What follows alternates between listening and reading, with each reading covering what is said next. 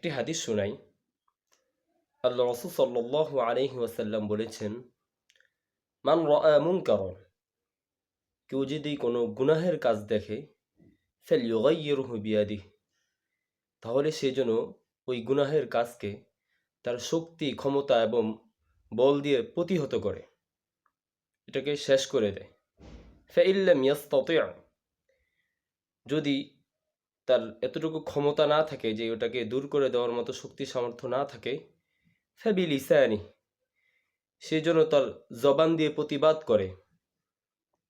ফাইল্লাম ইয়াস্তাতি', যদি সে এটারও সামর্থ্য না রাখে, ফাবিকলবিহি, তাহলে সে যেন ওই অন্যায় কাজকে অন্তর দ্বারা ঘৃণা করে। ওয়াযালিকা আযআফুল ঈমান, আর যদি শক্তি সামর্থ্য না থাকে, জবান দিয়ে বলতেও না পারে, এবং তাহলে যদি অন্তর দিয়ে এটাকে ঘৃণা করে, তাহলে এই ঘৃণা করাটা হচ্ছে ঈমানের নিম্নতর স্তর। আর কারো যদি এই ঘৃণাও না আসে অন্যায় কাজ দেখে, তাহলে মনে করতে হবে সে ঈমানের নিম্নতর স্তর থেকে আরো নিচে নেমে গেল। আল্লাহ সুবহানাহু ওয়া তাআলা আমাদেরকে এই হাদিসের উপরে পরিপূর্ণ আমল করার তৌফিক দান করুন। আমিন।